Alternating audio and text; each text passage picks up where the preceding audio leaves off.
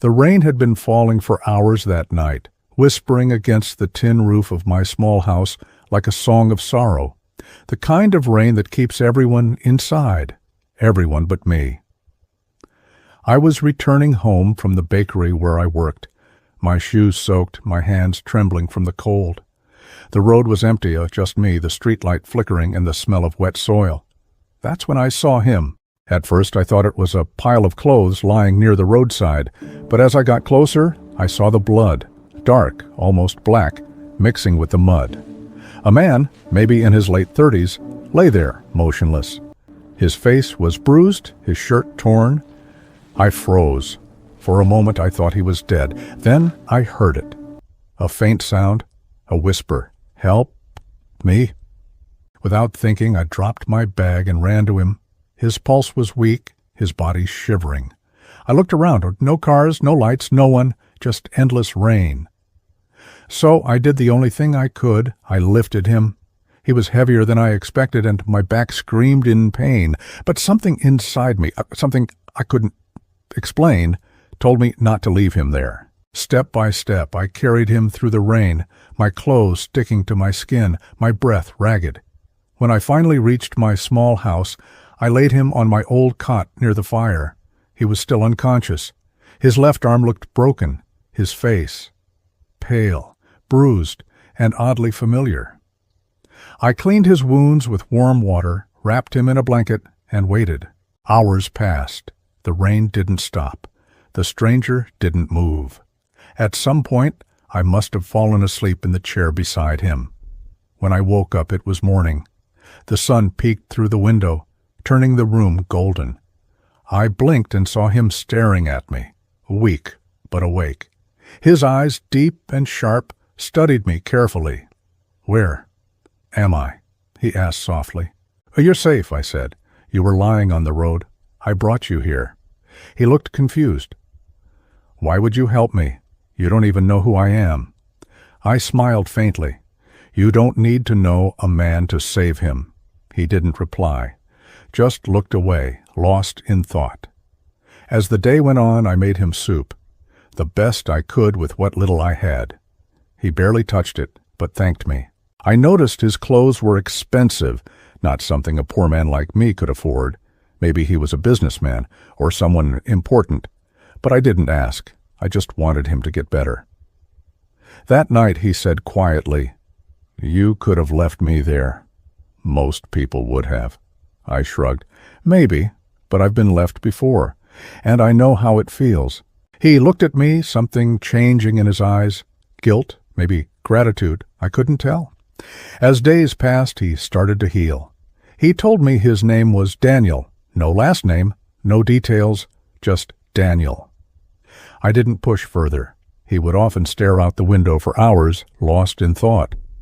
Sometimes I caught him looking at an old photograph on my wall, a faded picture of a young woman holding a baby. "Your wife?" he once asked. I nodded.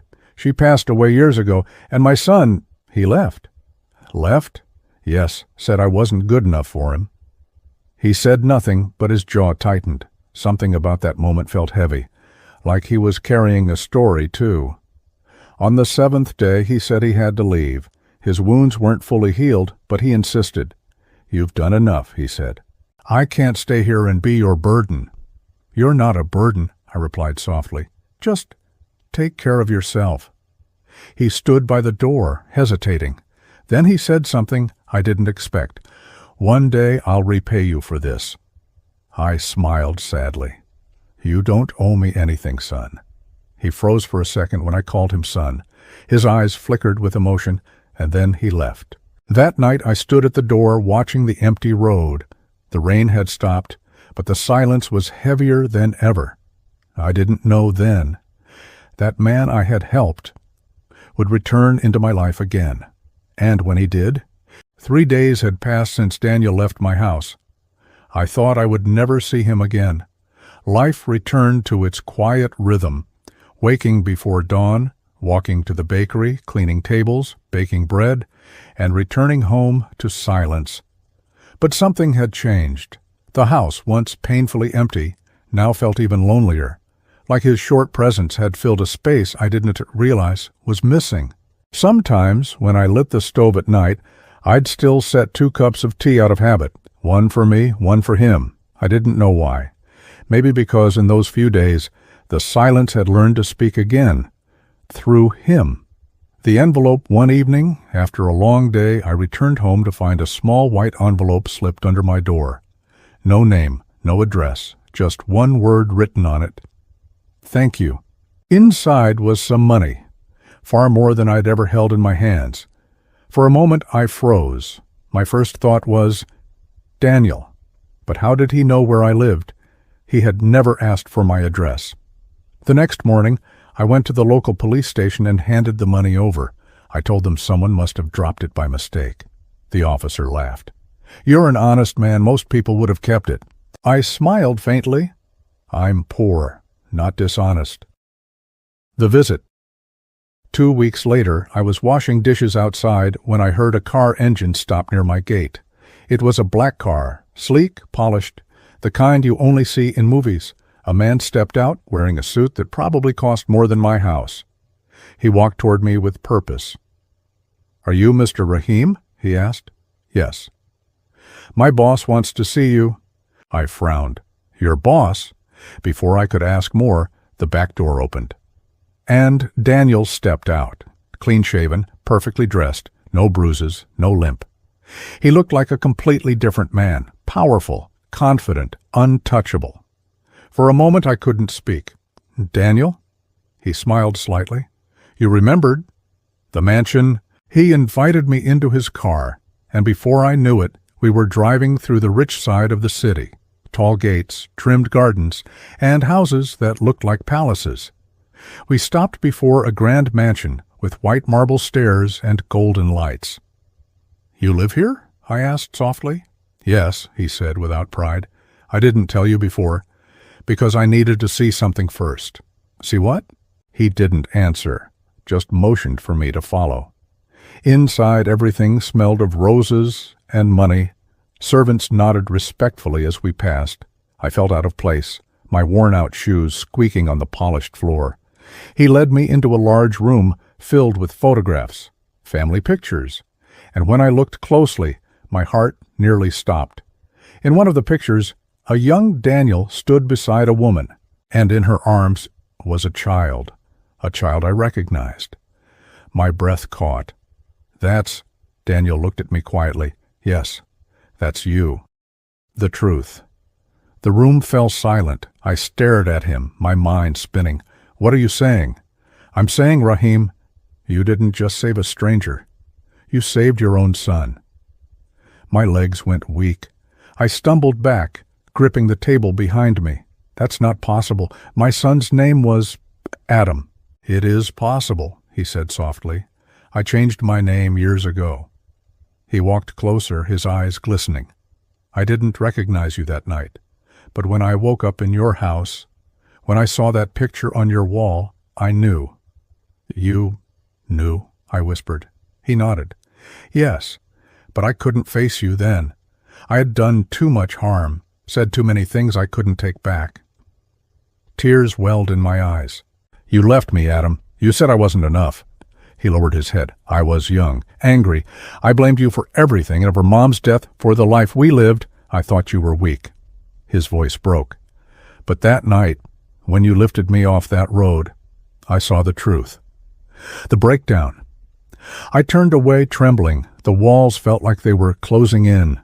All these years, I whispered, I prayed for you. I cried for you, and you were out there, rich, alive, hating me. He stepped closer, tears rolling down his face. I didn't hate you, Baba. I hated myself. That word, Baba, hit me like a wave. It was the first time he'd called me that in 15 years. I broke down. I didn't care who saw. We both stood there, two broken men in a golden room, one rich in wealth, the other rich in regret. The promise. After what felt like hours, Daniel said quietly, I want to make it right. Come live with me. Let me take care of you. I smiled faintly, shaking my head. Son, you can't buy back time. I don't want your money. I just want my boy." He held my hand tightly. "Then you have him." And in that moment, for the first time in years, I believed him. But fate wasn't done with us yet. Because the next morning I would discover another truth, one that would break me all over again. The next morning came quietly. A pale light crept through the curtains of the mansion, landing softly on the marble floor.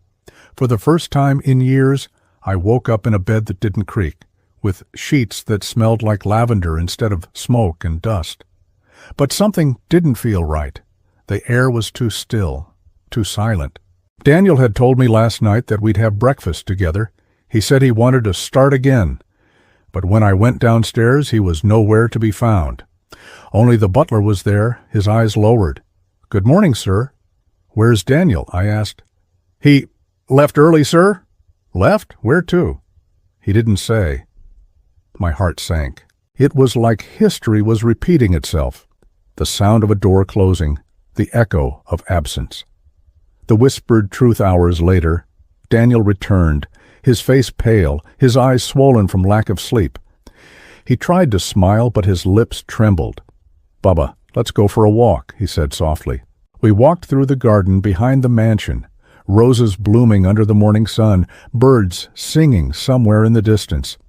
It should have been peaceful, but there was something heavy in the air, like a storm waiting to break. "You look tired," I said. "Couldn't sleep," he replied. We walked in silence for a while before I finally asked, "Why were you on that road that night, Adam?" He stopped walking. His shoulders stiffened. I saw him swallow hard, his hands curling into fists. "It's a long story." "I have time," I said gently. He looked up, tears glimmering in his eyes. "I wasn't running from something, Bubba. I was running after something, the woman." He took out a small photo from his wallet and handed it to me. It was of a woman, beautiful, gentle eyes, wearing a soft smile. "Her name was Sarah," he said. "My wife." I blinked in shock. "You're married?" He nodded slowly. "Was married." My heart tightened. "What happened?" He exhaled shakily. "We were together for 6 years. She was kind, patient, everything I wasn't. She taught me what love meant, but I ruined it." He looked down, his voice breaking. "I worked too much, I got angry too fast, I started drinking again. One night, we fought, and she left." His voice grew softer. "She never came back." The roadside. I felt my chest ache. "So, that night—" "Yes," he said quietly. "I was going after her. She'd called earlier that evening. She said she wanted to meet me. One last time." "And?" He clenched his jaw, his eyes red. "When I got there, her car was already on the side of the road, crashed. There was blood, glass, everything. I tried to pull her out, but—" His voice broke completely. "She was gone before I could say goodbye." He paused for a long time, trembling. I remember screaming. I remember trying to run, and then a truck came out of nowhere. I didn't even feel it hit me. I stared at him, frozen. The bruises, the limp, the pain, it all made sense now. The guilt. "Bubba," he whispered, "I killed her. Maybe not with my hands, but with my anger, my pride, my silence." I shook my head, tears burning my eyes. "No, son, you didn't kill her. Life just broke both of you." But he didn't believe me. He dropped to his knees in the grass, sobbing like a child. "I hurt you. I hurt her. Everyone I ever loved I destroyed." I knelt beside him, placing a trembling hand on his shoulder. "Then stop running from the pain, Adam. Sit with it. Face it. That's how you heal." He looked up, eyes glistening. "You forgive me?" "Always," I whispered, "because even when you forgot who you were, you never stopped being my son." The promise. That night, Daniel moved back into his old room in my small house, not the mansion. He said he wanted to remember where love felt real. We cooked dinner together, laughed a little, cried more. It felt like life was giving us a second chance. But deep down, I sensed something fragile, something unsaid. He was fading somehow, each day a little quieter, each night a little more lost in thought. Until one morning I woke up and found another letter waiting on the table. My hands trembled as I picked it up. "Baba, don't look for me. I need to go where the noise can't follow me anymore. I love you, more than I ever said. You saved me once. Maybe now I can finally save myself." Days turned into weeks. The bond between Amir and the stranger, whose name, he now learned, was Raphael, grew deeper. Amir began to see him not as a stranger, but as a brother. Every evening they sat under the dim light of the small lamp in Amir's kitchen, sharing stories of life, pain, and hope. One evening, Raphael said softly, "Amir, I wasn't always poor. I had money, a big house, and people around me. But I lost it all because I trusted the wrong ones." Amir looked at him, listening silently. He didn't ask questions. He just nodded, understanding that sometimes silence is the best answer. Raphael continued, "When you found me that night, I was ready to die. I thought no one would even notice if I disappeared, but you gave me life again." Amir smiled faintly. "Brother, when I saw you bleeding, I didn't think. My heart just told me, help him. I didn't know who you were, but I knew you were human, and that was enough." Tears filled Raphael's eyes. "You gave me something I thought I'd lost forever. Humanity." The next day, Amir woke up to an empty bed where Raphael used to sleep. He searched around, worried, but on the small table he found a letter, folded neatly beside a brown envelope. Amir opened the letter with trembling hands. It read, "My brother Amir, you gave me more than food or shelter. You gave me back my faith in people. I cannot stay because my past is still chasing me, but I will never forget you. Inside this envelope you'll find something that belongs to you now. Don't refuse it. Consider it a gift from one broken soul to another. Thank you for saving my life. Raphael." Amir opened the envelope and froze. Inside were bundles of cash, more money than he had ever seen in his life.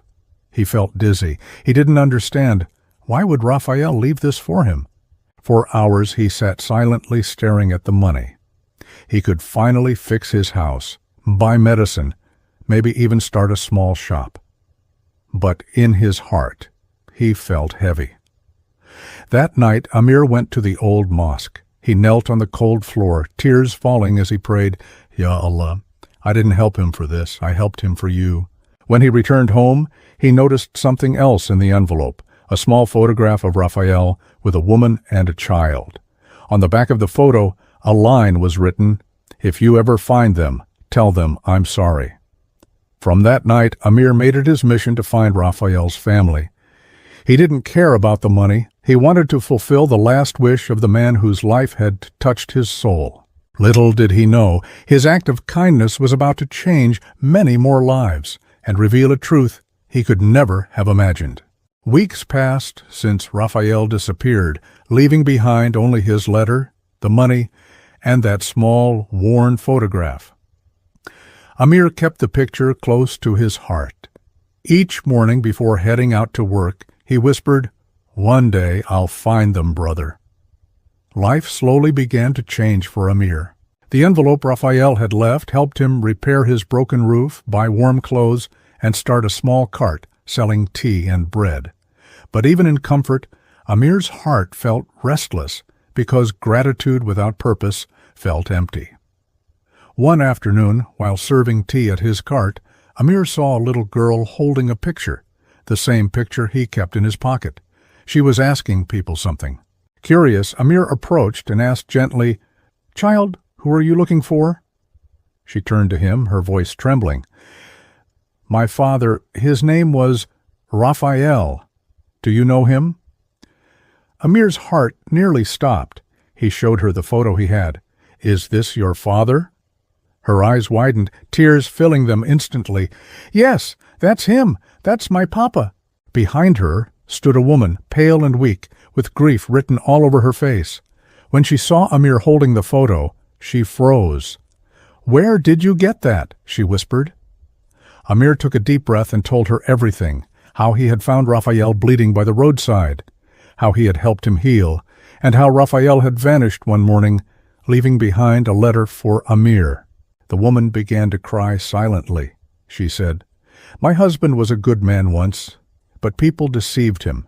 They made him sign false papers, took everything, and blamed him for crimes he never committed. He ran to protect us. He told me that if anything ever happened, someone would find me and tell me he was sorry." Amir handed her the letter Raphael left. Her hand shook as she opened it. The ink was slightly faded, but the words still carried warmth. When she finished reading, she whispered, "You were his angel on earth, Amir. You gave him peace before he died." Amir's world stopped. He died?" She nodded slowly. "A month ago the police found his body near the old river road, but they said he had a calm smile on his face. I didn't understand why, until now." Tears rolled down Amir's cheeks. He couldn't speak. The man he had called brother was gone, but his soul had already found peace through Amir's kindness. The woman pressed the letter against her heart and said softly, "He always said one day a good man would help him find his way home. That man was you." Amir looked at her and the little girl. Then he said, "No, sister. It was Allah who helped him. I was just the means." That evening Amir returned home, sat in the same small chair where Raphael had once eaten his last meal, and whispered to the empty room, "Brother, I kept my promise. I found them. May your soul rest in peace." As the night breeze entered through the open window, the candle flame flickered gently, and for a moment Amir felt Raphael's presence, as if smiling down upon him. He closed his eyes and said quietly, "Sometimes the poorest hearts hold the richest souls." And that was how one poor man's kindness became a story the world would never forget.